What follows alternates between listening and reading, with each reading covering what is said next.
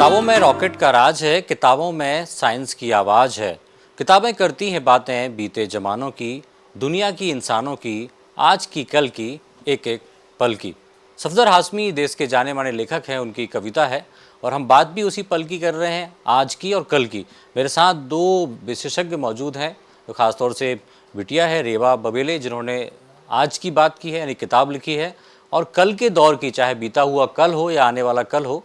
उनके दादा हैं ओम बबेले जी, उनकी भी एक किताब है और इस वक्त हम उनसे बात भी करेंगे कि आखिर किताबों की तरफ कैसे रुझान बढ़ा, क्योंकि हम देखते हैं आज के समय में लोग मोबाइल और कंप्यूटर के पर्दे से नहीं हटते। तो किताबों के पन्नों पर लोग कैसे ठहरेंगे, कैसे उन पर लिखी कविताएं पढ़ेंगे, कैसे शब्द पढ़ेंगे और जीवन में उतारेंगे, उसको लेकर सबसे पहले ओम बबेले जी से बात करेंगे। सर, बहुत बहुत स्वागत है आपका। जी नमस्कार। सर, कविता संग्रह कामना से काल हारा कैसे? रामचरितमानस मेरे जीवन में पहली वह पुस्तक थी जिसने मुझे ठीक से पढ़ना, पढ़े हुए का अर्थ समझना और उसके भाव में डूबना ये सिखाया था।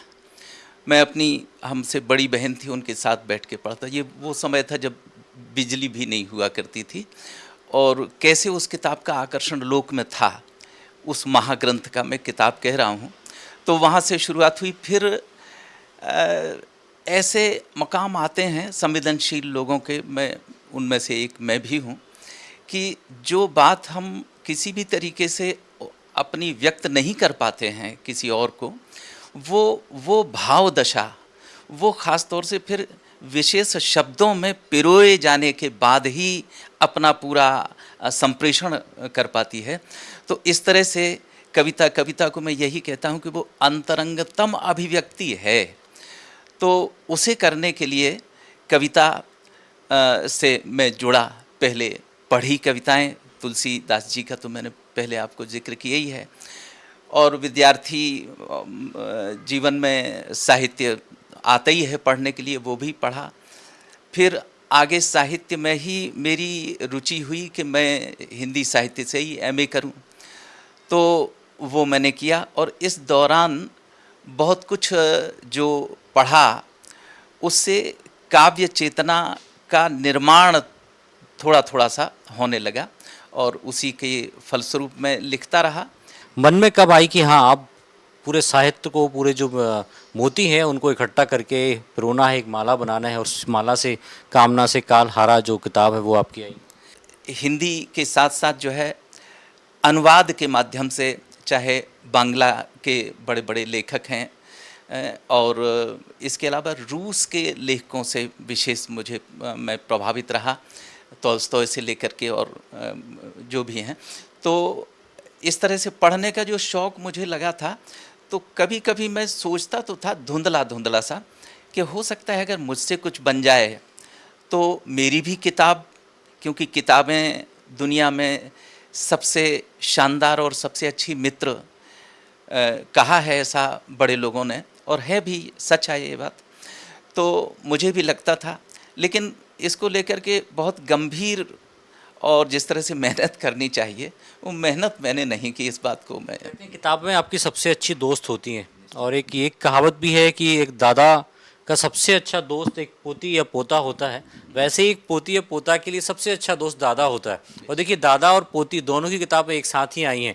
क्या कहेंगे, दादू भी ने भी किताब लिखी है, आपकी भी एक किताब आई है बापू की डगर। तो कैसे सोचा कि हाँ किताब लिखना है, क्योंकि हम जिस एज में आप हो, 9th या 10th में हो, उस एज में लोग मोबाइल से फुर्सत नहीं होती, रील्स देखते हैं, सोशल मीडिया पर चलते हैं। तो आपका कैसा रुझान है लिखने और पढ़ने की तरफ? जब मैं छोटी थी तो उस टाइम पे 4th क्लास में थी मैं, तो उस टाइम पे बहुत से बच्चों से बात करी मैंने, जैसे आप नॉर्मली करते हैं इंटरेक्ट।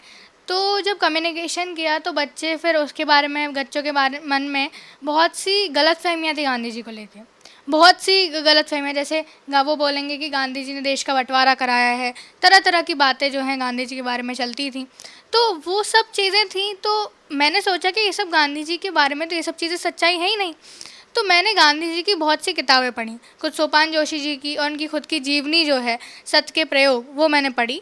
तो मुझे समझ में आया कि ये सब बातें तो झूठ हैं। तो तब मैंने सोचा कि गांधी जी के बारे में जो दुष्प्रचार फैल रहा है, इसके खिलाफ मैं लिखना चाहती हूँ। और फिर 8th की छुट्टियों में मैंने ये किताब जो है पूरी करी। किताब के बारे में कुछ जानना चाहेंगे, क्या क्या है कुछ किताब में? एक आध दो लाइनें या जो आपको लगता हो कि हाँ, जो चीज़ बापू की सबसे आपको अच्छी लगती है वो बताइए। इसमें एक कहानी है, इसका 11वां अध्याय जो है, एक शहीद, इस ये 26 पेज पर है। तो ये कहानी मुझे बहुत पसंद है और ये कहानी जो है बहुत अच्छी भी है। तो जिसमें ये कहानी मैं पढ़ना चाहूँगी। जैसा कि हम सब जानते हैं कि गांधी जी सिर्फ भारत में ही नहीं जाने जाते थे, उनकी प्रसिद्धि दुनिया के कोने कोने में थी। जब भी गांधी जी का नाम लिया जाता था तो लोगों के दिमाग में एक पतले दुबले हाड़ मांस के, हाथ में लाठी लिए और बदन में धोती लपेटे हुए इंसान की छवि उभर कर आती थी। नेहरू जी ने कहा है, जब वे देश से बाहर गए तो लोगों ने उनसे सवाल किया, गांधी कैसे हैं, बापू अब क्या करते हैं।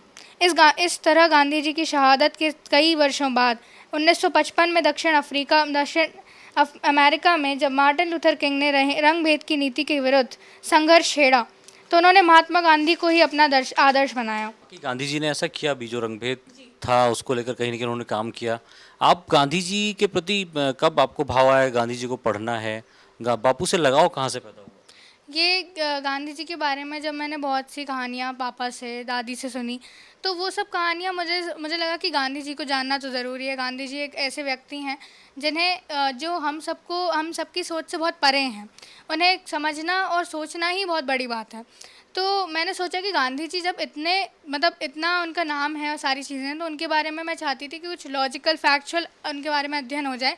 तो इसीलिए मैंने काफ़ी किताबें, पापा 2-3 किताबें लाए वही सोपान जोशी जी की, और बाकी मैंने भी एक किताब उनकी जो है पढ़ी, उनकी सत्य के प्रयोग वाली किताब थी, और कुछ किताबें। इस तरीके से मुझे गांधी जी के बारे में थोड़ा आइडिया लगा और तब मैं समझी कि बापू ने असल में हमारे देश के लिए क्या किया था।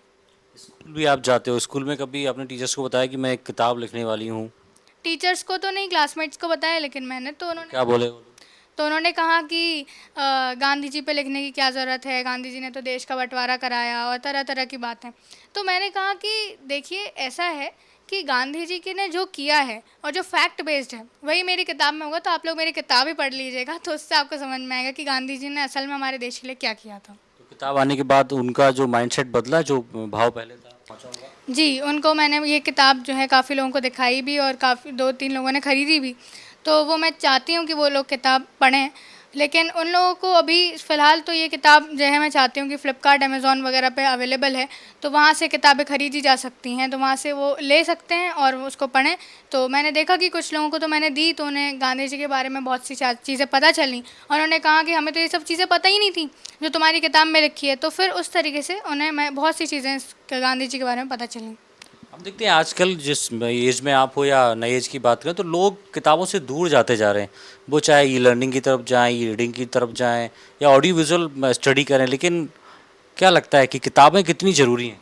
किताबें बहुत ज़रूरी है। किताबें भावनाओं से जुड़ी होती हैं। किताबें जो ई बुक्स जो होती हैं ना, उससे बहुत सारी नुकसान, तो जितने उसके फ़ायदे उतने उसके नुकसान हैं। तो अभी एक मैं बताना चाहूँगी, 9th में सीबीएसई में एक फ़र्स्ट चैप्टर जो है इंग्लिश की लिटरेचर बुक का, उसमें बताया जाता है कि एक बहुत आइजैक आसिमोव नाम के जो हैं लेखक हैं, उन्होंने लिखा है कि एक बच्ची होती है और वो, अब ये बात हो रही है 2157 की, उस ईयर में उस बच्ची को सिर्फ ई बुक ही मिलती हैं, कोई प्रिंटेड बुक नहीं मिलती। तो उसके दादाजी के दादाजी की उसको एक किताब मिलती है जो प्रिंटेड होती है। तो वो लोग सोचते हैं कि ये बताओ ये कैसी बुक है, ये तो ऐसी, उसके पेजेस जो हैं बहुत ही ज़्यादा पुराने टाइप के हो चुके थे। तो वो लोग सोचते हैं ये कैसी किताब है, ये किताब तो बड़ी बेकार सी लग रही है। उसका भाई कहता है कि इस किताब में तो बस आप पढ़ो और फेंक दो, लेकिन लड़की को उसके बारे में बहुत पसंद आती है वो किताब, और वो बोलती है कि नहीं, ये तो बहुत अच्छी किताब है। फिर उन लोगों को, वो स्कूल भी नहीं थे उनके, जिस तरीके से हम कोरोना काल में पढ़ते थे उसी तरीके का उनका कुछ स्कूल था। वो उनके बेड के साइड में उनके क्लासरूम होते थे, वहाँ पे वो बैठ के पढ़ाई करते थे, और वहाँ पे जो है स्क्रीन के ऊपर मतलब एक मैकेनिकल टीचर आएगा, फिर वो पढ़ाएगा। इसी तरीके से यहाँ उन्हें जब उसे पता चला कि पुराने स्कूलों में ह्यूमन टीचर पढ़ाता था, तो उसे बड़ा अच्छा लगा कि हाँ बताओ कि सारे बच्चे एक ही उम्र के और सब बैठ रहे हैं एक ही छत के नीचे, सब पढ़ रहे हैं। तो ये सारी चीज़ें वो समझती थी कि ये किताब बहुत अच्छी है और इस किताबों के साथ भावनाएं जुड़ती हैं। क्या कहेंगे जिस तरीके से पोती को हम सुन रहे हैं वो बता रही है कि इस समय इस वर्ग में इस उम्र में ज़्यादातर बच्चे हम देखते हैं कि मोबाइल की तरफ आकर्षित रहते हैं, कंप्यूटर की तरफ, लेकिन इनके हाथ में पेन है, कलम है, जिसको वो अपने भावों को उतार रही हैं किताब में। हाँ, ये इसके लिए जो है उसे बहुत साधुवाद।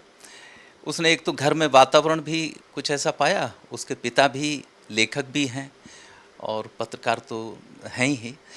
तो और घर में जिस तरह से कभी भी एक तो ये अक्सर जब बच्चों के साथ कुछ नहीं बन पाती थी बात, तो आकर के मुझसे पूछती थी, अपने पापा से भी पूछती थी कि ये लोग जो कह रहे हैं वो क्या क्या ठीक है ये। तो हमने देखा कि ये संवेदित हो रही है और वही संवेदना इसको जो है लेखन की तरफ थोड़ा सा खींच के लाई है। और यूँ तो वो बड़ी सहजता से, ऐसा नहीं है कि मोबाइल देखे ही नहीं, वो सब है, लेकिन बंटवारा करके जो है चीज़ों का, और जब महत्वपूर्ण काम कोई है तो फिर वो और सब चीज़ें छोड़ करके उसी में लग जाती है। इसी दौरान आपकी किताब भी साथ साथ ही आई, तो दोनों की एक खुशी भी है कि हाँ। जी हाँ, मैं तो इसको यूँ कहता हूँ कि एक की प्रात है और एक की जो है सांझ है। हो सकता है मैं कुछ और लिखूँ तो आएगा। हाँ, किताब के आने की जो प्रसन्नता है वो मुझसे ज़्यादा तो रेवा को और रेवा के पापा को और पूरे परिवार को जो है उनको ज़्यादा है, क्योंकि मेरी लापरवाही के प्रति उन्हीं ने मुझे आगाह भी किया और मुझे भी लगा कि हाँ, ये बात ठीक है। जो कुछ जिया गया है साहित्य में वही तो आएगा जो जीवन में आया है। संग्रह भी हैं कुछ, दो चार लाइनें हम चाहते हैं कि आप सुनाएं जो आपको सबसे अच्छी लगती हो। उम्र में जो भी ज़माने आए, ज़िंदगी तेरे बहाने आए। उम्र में जो भी ज़माने आए, ज़िंदगी तेरे बहाने आए। हम तलबगार नहीं थे तेरे, मिल गई है तो न छोड़ी जाए, मिल गई है। और देखिए, एक प्रेम का एक पहलू इसमें, वो मेहरबान थे और तू कुर्बां, वो मेहरबान थे और तू कुर्बां, कैसे कैसे हंसी मकाम आए, ज़िंदगी तेरे बहाने आए।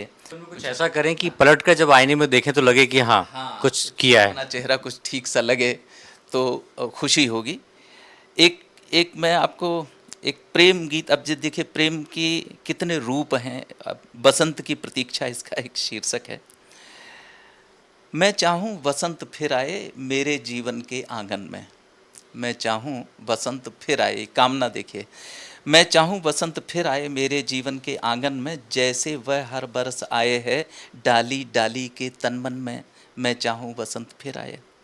अब कैसे आए, क्या क्या करते हैं कि मैंने खूब श्रृंगार किया है प्रिय से पुनर्मिलन की धुन में, स्मृतियों के चित्र सजाए उसी पुराने रंग भवन में, स्मृतियों के चित्र सजाए उसी पुराने रंग भवन में, पर न कोई कोयल कूकी न अली झांका वातायन में, मैं चाहूँ बसंत फिर आए मेरे जीवन के आंगन में। ये जीवन का अनुभव ही होता है कि फिर आए एक बार बसंत मन में, क्योंकि हर एक उम्र होती है और हर समय जब बदलता है तो कहीं ना कहीं पुरानी चीज़ें याद आती हैं, पुराना समय याद आता है। लिखने की बात करें तो लिखने की जो क्षमता है वो भी कम हो रही है लोगों की। एक तो हैंड राइटिंग भी हम देखते हैं बहुत अच्छी नहीं होती, क्योंकि मोस्टली मोबाइल पे टाइप करते हैं, लैपटॉप पे अपना जो भी उनको मिलता है प्रोजेक्ट वगैरह वो करते हैं। तो लिखने की भी लोग इच्छा कम है कि अपने मन के भाव जो हैं वो हम कैसे शब्दों में उतारें। देखिए, हर कोई तो लिटरेचर से नहीं जुड़ता है, हर कोई भी साहित्य से नहीं जुड़ पाता। और दूसरी बात, अगर आप बात करें पढ़ने की, तो जैसे दादाजी ने बताया कि उनके बहुत सा अध्ययन है पढ़ने, मैं रोज़ देखती हूँ दादाजी कोई ना कोई किताब लेके पढ़ते रहते हैं। फिर अब मतलब इतना जीवन काल निकल गया, आज दादाजी अगर 70 वर्ष के हैं तो उन्होंने कितनी किताबें अपने जीवन में पढ़ी होंगी, लेकिन उनके दिमाग में कभी ख्याल ही नहीं आया कि वो कुछ लिखें। तो लिखना और पढ़ना दोनों बहुत अलग अलग चीज़ें हैं। जैसे मेरा जो अध्ययन था, मुझे उसमें अध्ययन इसलिए करना था क्योंकि लिखना था। दादाजी अपने अपने ज्ञान के लिए पढ़ रहे हैं, वे चाहते हैं साहित्य से जुड़ना, इसलिए लिख रहे हैं। तो इस तरीके से जो आप बात करें अगर पढ़ने की और लिखने की, तो ये दोनों चीज़ें बहुत अलग हैं। अगर आपको अपने भाव किसी चीज़ में, किसी साहित्य में स्पष्ट करने हैं, तो आपको आपका जो तरीका होना चाहिए वो इस तरीके से होना चाहिए कि आप उस पूरे जो भी आप कहना चाहते हैं, आपके जो भाव हैं उन्हें सजा के आप साहित्य में पेश कर सकते हैं। इस तरीके से आप पेश नहीं कर सकते। तो ये सारी चीज़ें हर किसी के अंदर ये गुण नहीं होते, लेकिन जिसके अंदर होते हैं उसे बिल्कुल करना चाहिए और ट्राई तो हमेशा करते रहना चाहिए, भले ही वो पब्लिश हो ना हो, लेकिन हमें हमेशा लिखते रहना चाहिए, ऐसा मैं हमने देखा आपकी चाहे किताब हो, इस तरीके से धारा प्रवाह आप बोल रहे हो, ये कहीं ना कहीं ये दादाजी के देन है, क्योंकि हमने देखा आपके पिताजी भी एक सफल पत्रकार रहे, राजनीतिक हैं और लेखक भी हैं, तो शायद यही कारण है कि घर में माहौल ऐसा है, इसलिए आपका मन भी रहता है कि लेखन की तरफ, पढ़ाई की तरफ, और आने वाले समय में ही और कुछ इसके अलावा कोई दूसरी किताब भी आप लिखेंगे? हेरिडेटरी तो है ही, जो ये सब किताब वगैरह लिखने का और गांधी जी से जुड़ने का सब हेरिडेटरी है। अगर हम लोग गांधी जी से नहीं जुड़े होते तो मैं भी गांधी जी से नहीं जुड़ी होती और मैं किताब नहीं लिख पाती। तो बिल्कुल पापा, दादाजी और मेरे पूर्वजों की देन है। लेकिन अगर आप बात करें इस किताब के लिखने के आगे, तो मैंने अभी तो कुछ नहीं सोचा, क्योंकि फ़िलहाल स्टडीज़ वगैरह पे ध्यान देना है। तो अभी तो फ़िलहाल कुछ लिखने का नहीं है। बाकी मुझे आगे चल के एरोस्पेस इंजीनियर बनना है। कि आज के समय में लोग पढ़ें लिखें, क्योंकि ज़्यादातर लोग ई लर्निंग की तरफ जा रहे हैं, इलेक्ट्रॉनिक गैजेट्स की तरफ जाते हैं, तो ऐसे में आज वो लोग भी मौजूद हैं जो कहीं ना कहीं अपने बच्चों को पढ़ाते हैं, उनसे उन्हें लिखने के लिए प्रेरित करते हैं। और शायद यही कारण है कि 3 पीढ़ियाँ, चाहे पोती की बात हो, इनके पिता भी लेखक हैं, दादा भी हमारे साथ हैं, तो दोनों को हम बहुत शुभकामनाएं देते हैं, आपको भी और आपको भी बहुत बहुत शुभकामनाएं। आपको भी बहुत बहुत धन्यवाद और शुभकामनाएं हमारी। तो आज की चर्चा में इतना ही। अगली बार फिर कभी किसी लेखक से आपका रूबरू कराएंगे, किसी कलाकार से परिचय कराएंगे, किसी कविता जो कवि हैं उनसे रूबरू कराएंगे। तब तक देखते रहिए बंसल न्यूज़। पुरुषोत्तम मिश्रा के साथ सूरज शर्मा, बंसल न्यूज़, भोपाल।